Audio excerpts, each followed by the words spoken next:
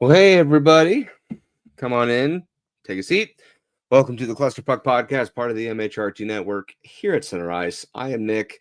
Unfortunately, the main reason most of you end up watching this channel, Brit, she's out today, unfortunately. She's not feeling too well, but under the weather, so she's taking the week off to focus on her health. So that being said, let's go ahead and I guess just get right on into the meat and potatoes of the episode. But before we begin, don't forget to like and subscribe. Follow the MHRT network so you can get notified when shows like the Cluster Puck podcast go live. You can do so on the various social media platforms of your choosing. And if you want to follow us, we ask that you do so at the Cluster Puck podcast on Facebook and at Cluster Puck Avs on Twitter, Instagram, and Threads. Okay, so what a week and what a time to be alive if you're an Avalanche fan, man. I tell you what. So there's a couple of things that we need to go over, I guess, before we go into the games that happened. There were a couple of people that approached me about the Mikko Rantanen situation. So we'll kind of touch briefly on that first. I'll give my opinions. Obviously, since we're doing this live, you can weigh in as much as you would like as well in the comments section. But effectively, it was this. So the understanding was that Mikko Rantanen with the Avalanche was offered, I think they said was the range was like 12.5 to 13.5, somewhere in that range, 8-year contract extension. To which the Mikko Rantanen camp turned that down. The understanding is that they asked Mikko and his agent, "Are you cool with the trade to Carolina?" And it's supposedly the answer they said was yes. Now, here's the thing that I am still doing research myself on, so I can't fully tell you one way or another. The understanding was that the Mikko camp was holding out to get as much as possible. They thought that they could hit a high number, and that this was an Avalanche, I guess, attempt to get them to sign for lower, which I think Mikko was honestly willing to take that hometown discount. So I think this was the case. But they tried to call the Avalanche's bluff. And they said, "Yeah, we'll go to Carolina." Done. And they sent him to Carolina. In return, obviously, for Martin Necas and all these assets, things like that. Well, lo and behold, the news broke out just a little bit, I guess, a day or two ago at the time of this recording, that Rod Brindamore had a discussion with Mikko Rantanen, and Mikko Rantanen said he did not want to play for Carolina. He would only play for 4 other teams, excluding obviously the Avalanche. The report was that it was like Florida, Dallas, Vegas, and Edmonton, I believe, were the 4. And that this was effectively just a big waste of time, big mistake. Didn't want to be there, didn't want to play there, yada, yada, yada. There's a bunch of swirling reports about that, that not being the case. They tried to work something out. It didn't end up happening. He said he would play the rest of the season, but ultimately wouldn't sign with them. There's everything and anything in that report, right? However, the understanding was they couldn't get it done. So Carolina said, this was a massive waste. We need to get something out of return for it. So they, after 14 games, sent Mikko out to the Dallas Stars, where he is now a Dallas Star for probably the next 8 years. And here's the hard part for that fans, which I think I speak for a lot of us. They were able to get 13.5, I believe was the deal, 8-year extension done for Mikko Rantanen, the Dallas camp, that is, which is exactly what was in that range for the Avalanche. So why did he even need to leave if he just ended up going with the same amount of money that the Avalanche originally offered him? That's the hard part to take as an Avalanche fan. You could have just kept Mikko and none of this would have happened. You wouldn't have had the blockbuster trade. You wouldn't have had anything, right? Now, what a lot of Avalanche fans would probably, I think a lot of you are going to get upset with me about is this. Look at what the return unlocked, okay? Now, let me preface by saying I wanted Mikko to stay. I felt he was going to be a lifelonger. And before that trade happened, as I told you many times, I thought a deal was going to get done. I thought he was going to stay. Nothing was going to change. He was going to be an Avalanche for life. That's what I wanted. And I still want him on the Avalanche. So don't get this mixed up. But since it did, you need to now look at what you have in return, what you have able to been building in return. You got Martin Necas, right? Who is far from his ceiling, and he is playing at a level different than what he is in Carolina. Okay.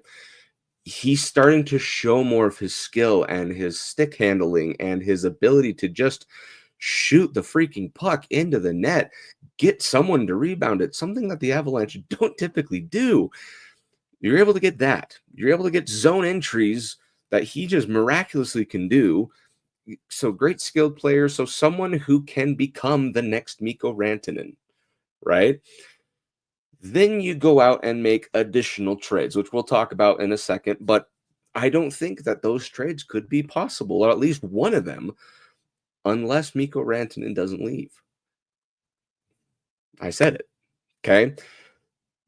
But anyway, the hard part is a lot of people are saying they're going to boo Mikko when he gets in here for Dallas on one of the games, which we'll talk about here in a minute. He's the Stars will be coming into town.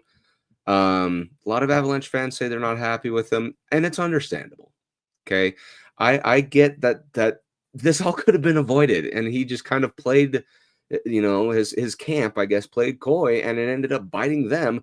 But now you have two fan bases, Colorado and Carolina, that aren't thrilled with him. Okay, I want Colorado fans to take a step back, though. I'm pleading for you to do so and look at what you were able to get. Your team became better because of it. Okay. Yes, it hurts. Yes, emotionally, there were people attached to Mikko. I get that. But don't boo him, and I'll explain why. My opinion of this, again, this is now my opinion, is that this was all the doing of not Mikko himself, but his camp, his representatives, his agent, right? They were the ones who saw what Leon Draisaitl was able to get and demanded that they could make that happen. When the Avalanche said, hey, we're not playing this kind of game, it was his agent, in my guess, that made this all happen. That made Mikko believe he could do, be paid something that other camps just weren't ready to do. And ultimately settled for the same exact amount of dollars that he would have just if he stayed in Colorado. So I say don't blame Mikko, blame the rest of his camp around him, his agent, people telling him things, and because like I said, if he was willing to take a hometown discount, clearly that didn't get communicated. Otherwise, he would have signed the extension. If he thought he was worth 14 million, and the Avalanche offered him even 12.5, I bet you he would have taken that. So somewhere there was a broken line of communication. So don't blame Mikko for everything that is happening here. Yeah, it's not fair, and he's ultimately the one that chose Dallas. I get that. It would look a little suspicious if all of a sudden he goes right back to Colorado. So I say don't boo him. Boo the rest of his team, the rest of his representatives.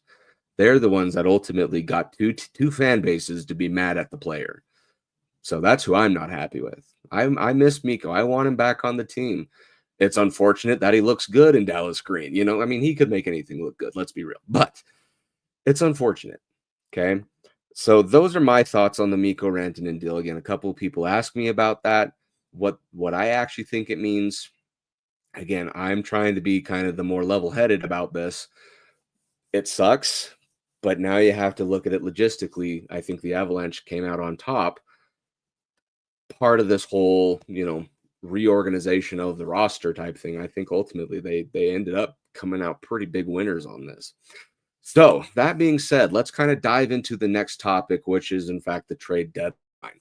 So the Avalanche went, and because of the Mikko trade, and they got Necas, who is cheaper, that allowed them to do some things that they otherwise wouldn't be able to do. They went out the night before while they were playing a game, and it was announced that they had acquired Brock Nelson of the New York Islanders in a trade. And in return, I thought for sure that was going to be Casey Middlestat. That was going to be something. No, they did not send Casey Middlestat in that trade.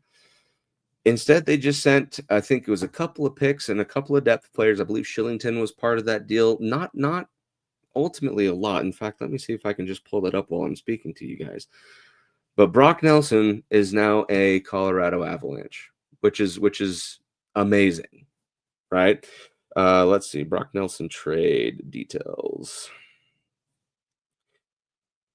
Oops, I just cleared everything. Let me try this again. Brock Nelson trade details. But that and what I thought was the weirdest thing is, again, they broke this news in the middle of an Avalanche game on what would be Thursday. Okay, here we go. So the Avalanche received Brock Nelson and William Dufour in exchange for Cal Ritchie, which that one kind of does hurt, right? Because he was such a promising development. But again, the Avalanche just don't dip into that pool much anymore. They're almost in like a junior Tampa Bay Lightning in that they just go and get the seasoned veterans. They just go and get people with experience. Case in point here, right?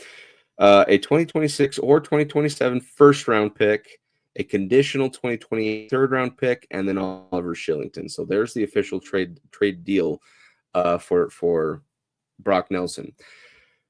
That being said, if I remind you, last episode, who said Brock Nelson? This guy called it. It was probably one of the easiest called it's as far as trade deadlines that I think I probably ever had.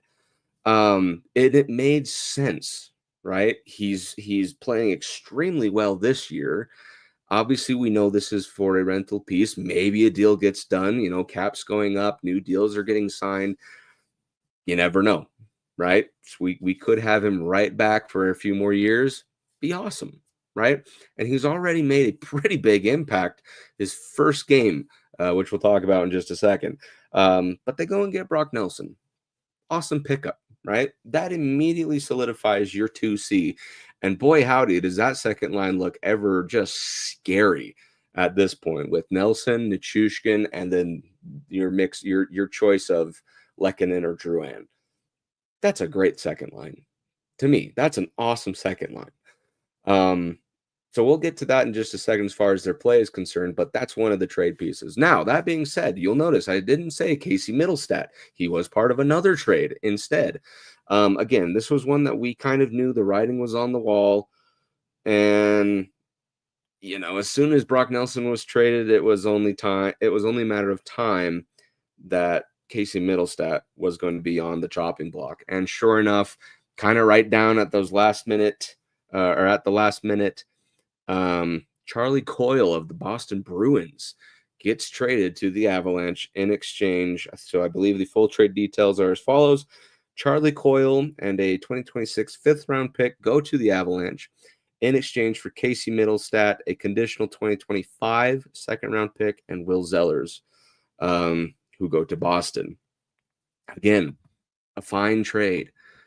Middlestat clearly, it just wasn't, which we thought it was going to because he played so good last season, at the end of last season when we acquired him, but ultimately fell flat. And this is a team, you know, the Avalanche are a team where we're winning now. Our cup window is now.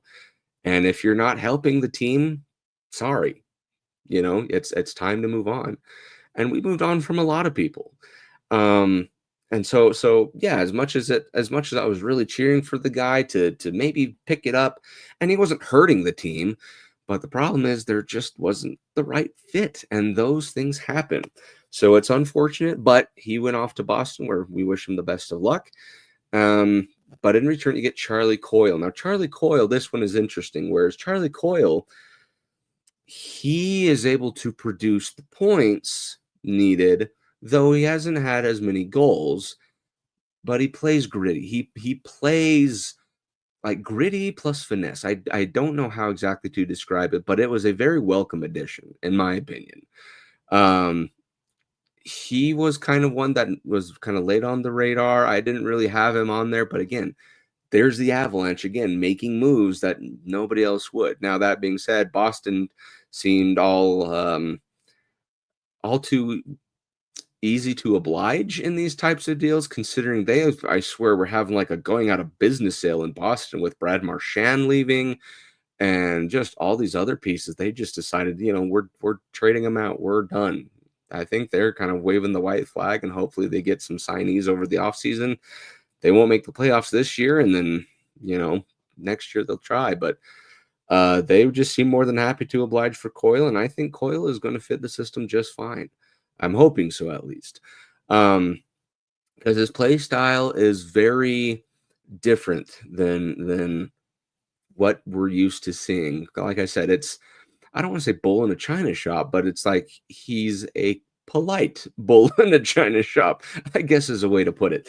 But again, great addition to have. I think it's going to be awesome to see him kind of on that third line or fourth line, however they place him. But now you have rolling lines like crazy, right? And now you have pieces to kind of go up and down, right? Because like Miles Wood, who hasn't been playing all that well, he can kind of go in and out with Kiviranta or Parker Kelly or something to that extent. You now have the depth officially now. But that was not all the Avalanche did. Like I said, there were some players that are very new, like Brock Nelson and Charlie Coyle. But I think the most exciting, in my opinion, out of all of these trades that the Avalanche made was that they went and made one more with the Philadelphia Flyers. And they sent Giovanni Smith to the Flyers in exchange for Erik Johnson. The Condor himself has returned home. And you could tell already how excited he was to come back. Now, here's my thought as to why they did that. Couple things.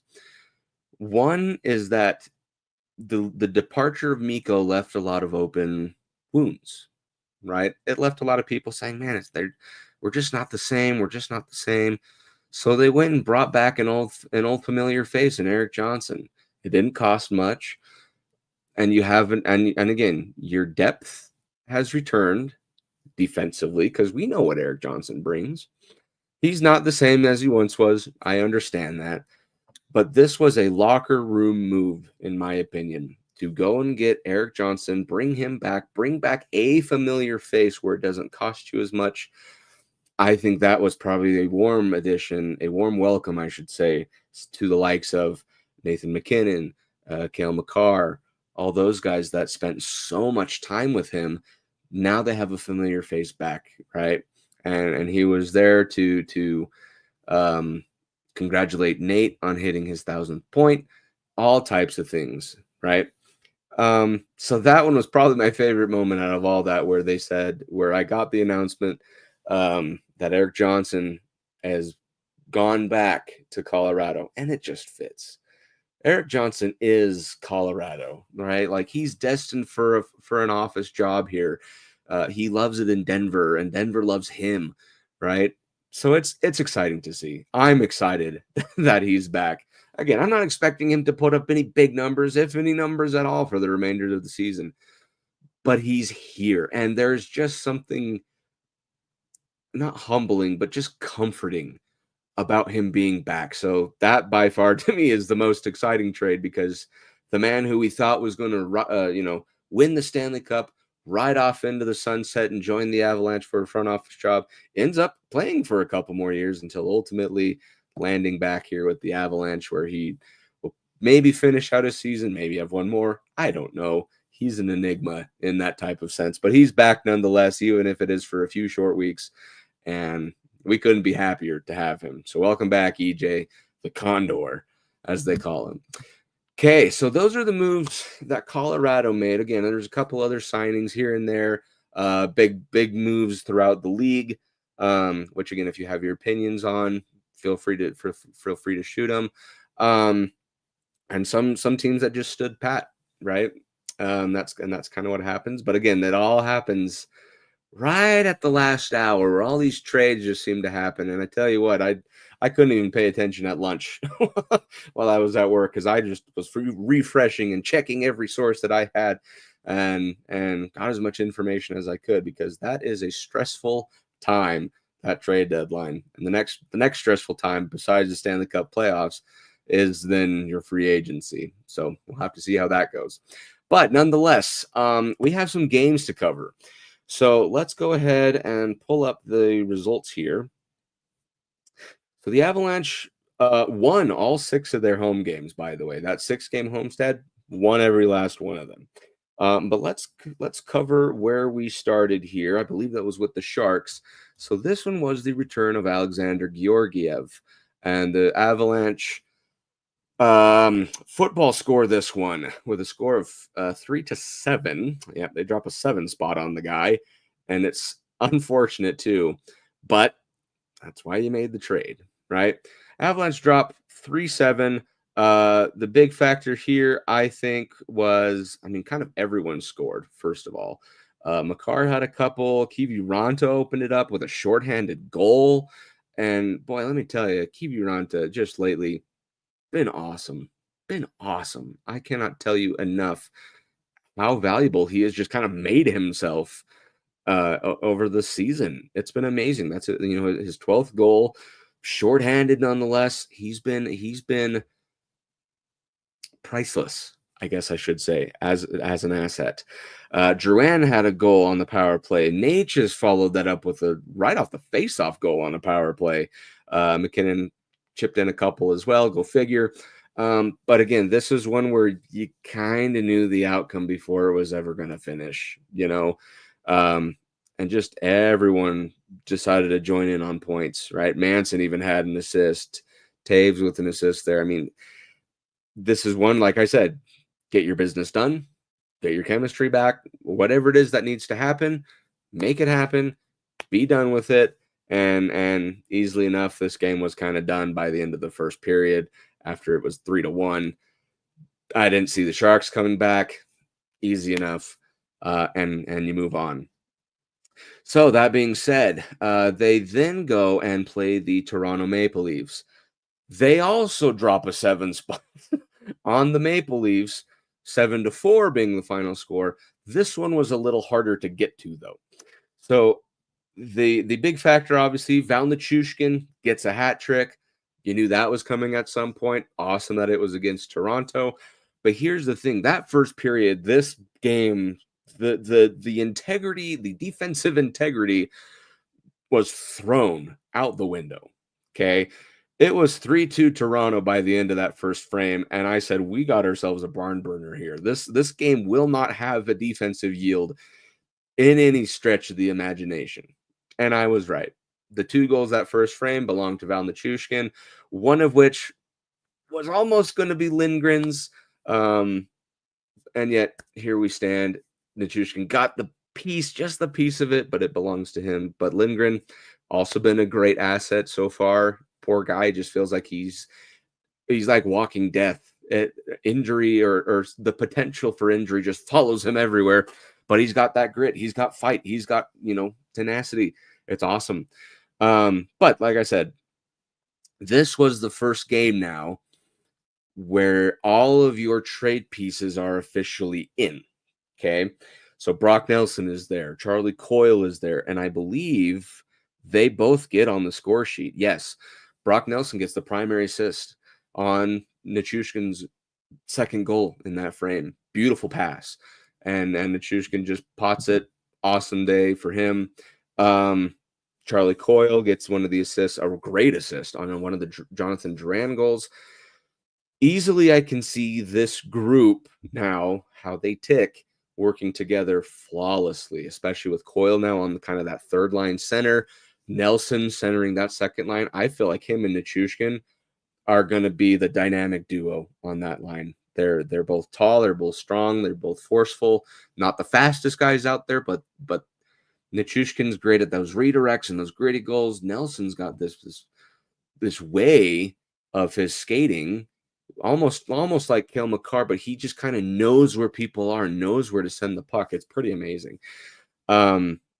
But by the end of the second frame, it's 4-3.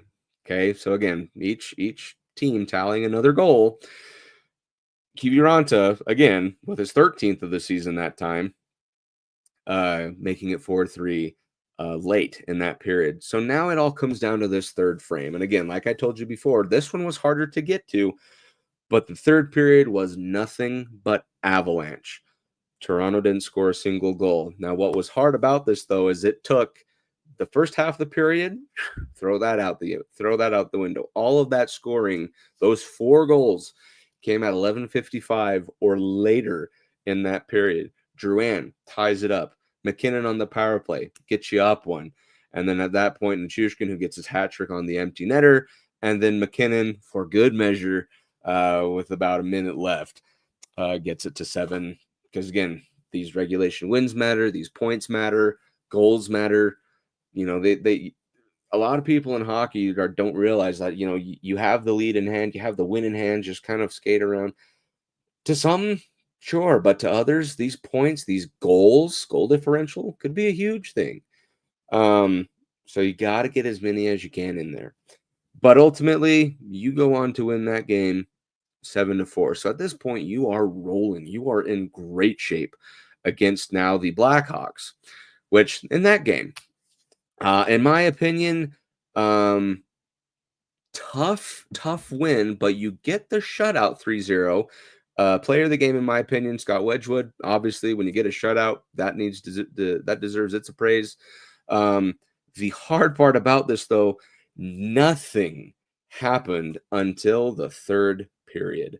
It was 0-0 at the second intermission, and I was thinking to myself, how is this not like the Sharks game?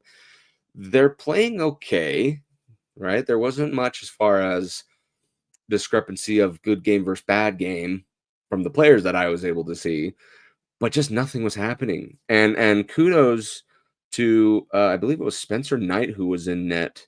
Yeah, Spencer Knight who was in net for Chicago. And the Chicago defense was just blocking. They're sacrificing their own bodies. The skaters sacrificing their own bodies to block these shots, to keep them from getting in the lanes. Spencer Knight has made quite a substantial impression in Chicago, and this team, after that Seth Jones trade, they seem to be different. Obviously, it's not going to be this season, but next season, with Spencer Knight there, stuff could get done. And that's what scares me now, is once again, the Central could be again the most tough place to play in the league, it kind of already is, right? But 3-0, Nathan McKinnon obviously gets the scoring Arturi Lehkonen gets the scoring opened up early, I think 30 seconds into the period. Finally, we crack the goal. Natchez a few minutes later pops another one. And once again, Kiviranta, just for security reasons, 14th of the season, pops the empty netter with about a minute left, and the Avs go on to win 3-0. Tough part about this, again, it took you forever to crack Spencer Knight. Playing great, you know, he's kind of found a new groove, and Chicago found a new groove. They're not just going to roll over and die, and I understand that. But this was also one where it's like, if you just scored early, the game was kind of over, and you just play constant the rest of the time. I like, though, that they didn't give up. Now, it's tough being able or having that unfortunate ability to play down to your level, but they at least figured it out by the third period. It wasn't pretty. There was some sloppiness involved. Obviously, I think 0-4, on your power plays. You had three power play opportunities, didn't get a 1, so that one was a little concerning. But ultimately, the win is the win. You move on. You're happy with it. And you kind of see what happens next. So that being said, you went 6-0 on that 6-game homestand. Awesome. You're on a streak at this point. I think it was even 7 games that they were on a winning streak. 6 at least, 7 for maybe. You go now into Minnesota. Now this this game I have personal beef with, because somehow my broadcast of it, and I don't know where this occurred, my broadcast of it became 15 minutes late. And so I got a notification that the game had ended in shootouts, Minnesota winning 2-1 in shootouts. before my game in the third period was even over. So I got a big spoiler 15 minutes ahead, and I'm sitting there going, well, what's the point of watching the rest of this now? It was pretty frustrating, but I held out. I knew the outcome. It was still fun to watch. It was just annoying. This game, though, you got stonewalled by Gustafson. 27 saves. It wasn't until that third period, like almost with 5 minutes left, where you finally crack him. And guess who? Joel Kiviranta, whobody else, right? The big thing on this one was the backhanded shot from Sammy Girard. He was way downtown, like at the blue line. He does one of his special La Tornades and kind of just backhand flips the puck toward the net where it goes boink off of Colton, boink off of Kiviranta, and in. Amazing, right? That tied the game. Both goalies played phenomenally, obviously, because Zuccarello got just the one for Minnesota in the second period. But this one, it just felt like anything you did, Gustafson had the higher. He had the high. What am I trying to say? The high ground, the upper hand, the luck, whatever you want to call it. It was impossible. And again, it wasn't for lack of quality shots. Avalanche had plenty of those. Just Gustafson made the saves. And again, these types of games happen, right? This is not an uncommon occurrence for a goalie to randomly have one of the greatest games of their life against you, although it does seem a little bizarre that the Avalanche just seem to always have that. But again, it's nothing new to us, and it happens. And then obviously it took two whole tries in the shootout for Minnesota to get that extra point. Obviously not what you want to have, but you were at least able to get a point against them, not necessarily furthering your stance away from them in the standings, but you are at least able to maintain that they cut it by 1 point overall. So not ideal, but it could have been 2, right? You always got to look at the bright side of these things. And so that's kind of where you sit now. You're on a one game losing streak. I don't find it that difficult to turn that around, especially with this new group that you have, which we'll talk about that. I probably will say next week, the difference between this group that we have now versus the group we had when we started the season, the night and day difference that there is. I think we'll talk about that next week when Brit's here, because I want to get her opinions on this too. And I think we'll also kind of run through a few more things as far as trade and stuff like that with her next week. Okay, so that being said, we'll kind of move on to our last segment, and that's going to be the upcoming games. So for the docket right now, there are 1, 2, 3. I'll say these 4 because there's a Thursday game. Obviously, that's when we tend to release our episodes, but that's an early one, so we might just record one after that game. So I'll say 4 games we'll cover this week, and we'll see where that carries us. So you're on a road trip now. Couple games, but it's a road trip nonetheless. You played your first one in Minnesota. Now you have another one tomorrow at the time of this recording, Friday, 7 p.m. Mountain Time puck drop against the Calgary Flames. So the Calgary Flames, as it stands, are smack dab in the middle of I would say 4-team.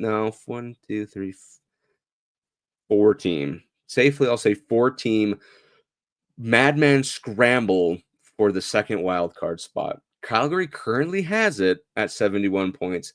Vancouver also has 71, but Calgary owns the tiebreaker.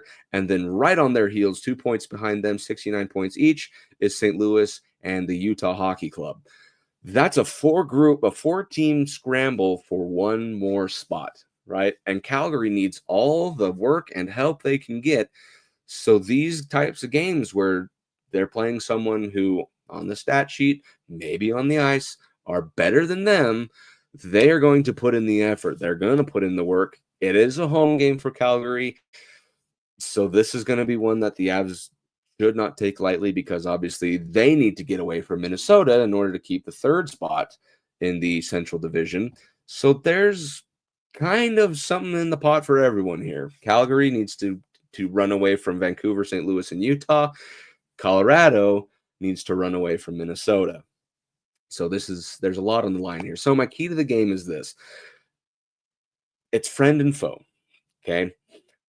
Friend being the chemistry. Your teammates are now who they are. This is who you have the rest of the season and into the playoffs, which I'm confident that the Avalanche are safe in the playoffs at this point.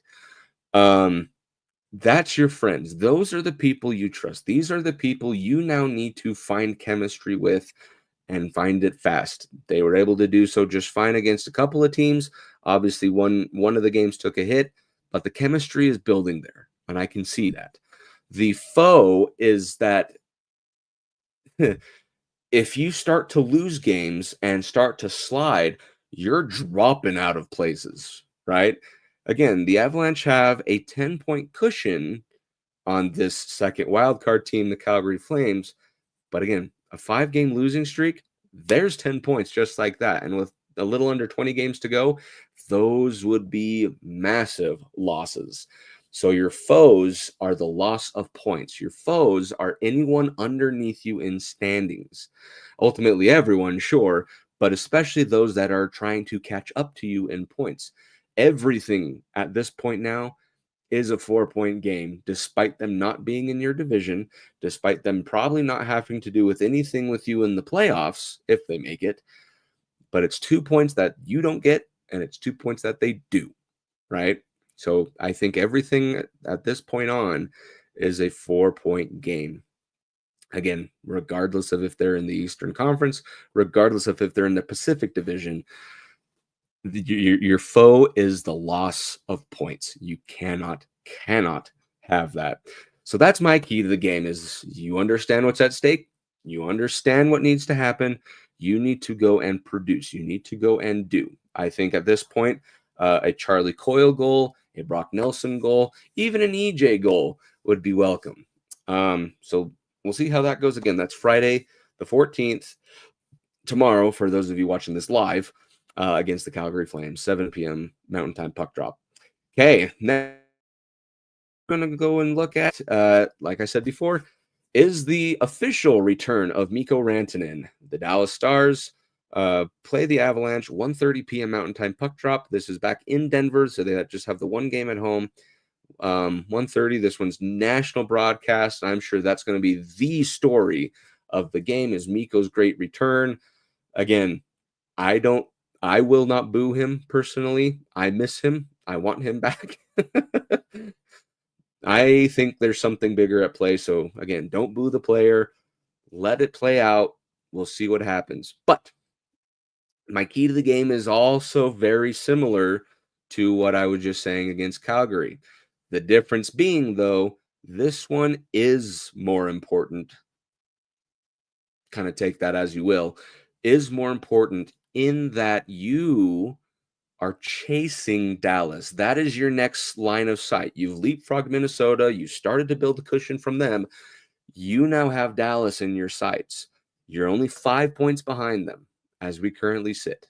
Could be less by the time we actually get to this game. Okay. You are within striking distance to leapfrog them potentially. Okay. So the key to the game is to understand that A, you're at home. You have the home ice advantage. Take advantage of that. But this is one where you are now needing to showcase the potential first round matchup between you and Dallas. You need to show right then and there, which I don't remember if this is the last time we play them or not, but assuming it is, you need to show that you can compete against them, even if they have Mikko. You can compete against them, even though all the rest of their players are playing phenomenally, despite Miro Heiskanen missing time, and now I think Rupe Hintz is going to miss some time. Some injuries are plaguing them. I understand. You need to take advantage of that. You need to show that Dallas is not as formidable, I should say, as people think they are. Still a great team. I understand that. But you need to go and show you mean business. You need to go and show that you can play a full 60 minutes. You can take those 2 points away from them and put them in your pocket. This one's going to be a hard-hitting one. This one's going to have a playoff feel, I can already tell, because this is the probable matchup come postseason. What I would like to have, though, are those first 2 games to be at Ball Arena rather than in Dallas. So that's a huge, huge game coming up. Next one, you then go on the road. You're going to do a 3-game road trip, and we'll only cover 2 of these games here. You're back in Toronto on Wednesday, 5 p.m. Mountain Time puck drop, also on national television. Maple Leafs, in this case, my key to the game, stop revenge. They want a revenge game. They thought they were going to have that in the bag. Third period came along. You destroyed them. They're not going to be happy about that. And now it's back in Toronto where they are going to mean business because, again, everything is going to feel like a 4-point game. They are going to need the points just as much as the next guy because they are only a couple of points currently behind Florida for first in the Atlantic Division. So this is going to mean just as much to them as points are for you, right? They have something to play for. Obviously, there's the pride and the pride aspect of it, I should say, but there's also a couple of points where if Florida's not careful, Toronto could leapfrog them, right? And have an easier matchup in that first round. Okay, so this is just as important to them. I'm pretty sure all of my keys to the game for a lot of these teams are going to be playoff points are going to matter in this case. I just spat all over my screen. I'm so excited. I'm sorry. So it's about quieting Mitch Marner. It's about quieting Austin Matthews. Their new pieces that they have.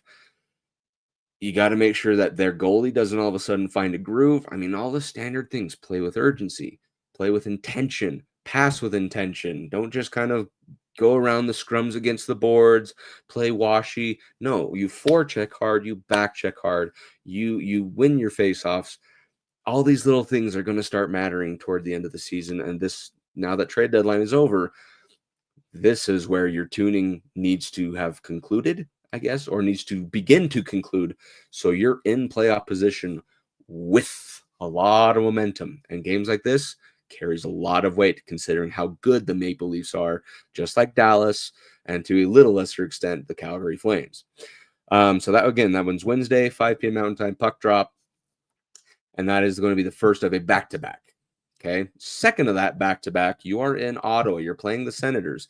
Senators are also in a playoff position as it sits. I believe they hold the first wild card spot. But again, if certain teams aren't careful, I believe they are 5 points behind Tampa. Could change now. That's a week from today. That could be very different, excuse me. Ottawa could be in the spot to leapfrog some teams and get third into the Atlantic Division, right? There's a lot of stuff going on here. Every single one of these teams are pushing for more and more and more playoff points. So again, my key to the game is going to be the exact same.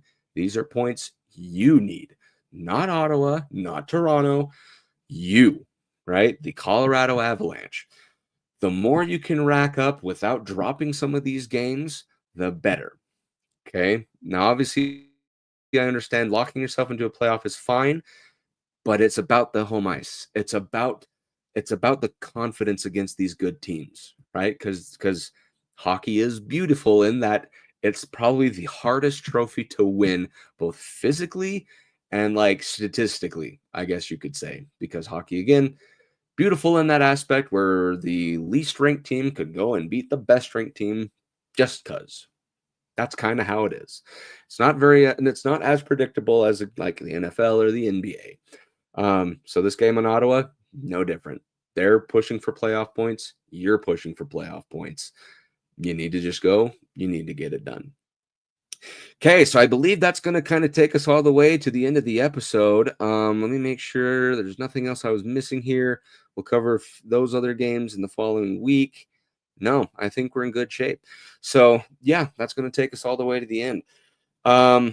Again, if you guys have any questions, again, please feel free to DM us, reach out with any questions that you would have. And thank you to those who did reach out last week asking about our opinions on the Mikko Rantanen business and kind of our thoughts on the trades. the acquisitions. And next week, when we get Brit in here, we'll talk about the team, how different it has been since day one to now day, I can't remember how far we are in the season. We'll go with that. We'll get Brit's opinions on the new trade pieces. We'll talk about the games that I just spoke of. And I think we'll have a jolly good time. So thank you, everyone, for joining us on this episode of the Cluster Puck Podcast, part of the MHRT Network. Again, if you like what you saw, if you liked me rambling for 45 minutes without Brit, which is pretty impressive for me, by the way. She's the one who provides like all the great insight, all the great knowledge. She actually knows how to skate. She plays goalie, right? She's got all the stuff on her resume. I'm just an overweight guy in a chair. So thank you for putting up with me tonight.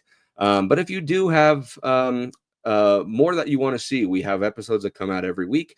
We ask that you like and subscribe, follow the MHRT Network so you can get notified when shows like the Cluster Puck Podcast go live. And if you want to follow us, you may do so at the Cluster Puck Podcast on Facebook and at Cluster Puck AVS, AVS, on Twitter, Instagram, and Threads. I've been pretty busy at work, so I haven't been able to get those game day tweets out and posts out. I apologize. Same with the trade news. Again, just pretty busy with kind of my day job and work and stuff like that. But hopefully, as things should be dying down, hopefully beginning of next week, you should see those start to pick back up.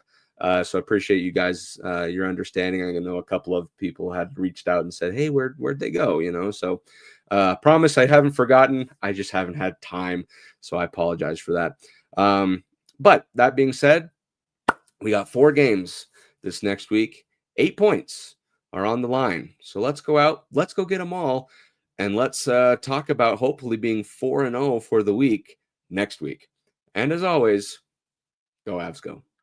Fast lane when I pass in the street, bag of money in the passenger seat. Simcoe's been asking for me on the road from the west to the east. Way up, I might never come down, cause the coast racking up the flight miles. So high, I might never come down, so what, this is my lifestyle. Wait a minute.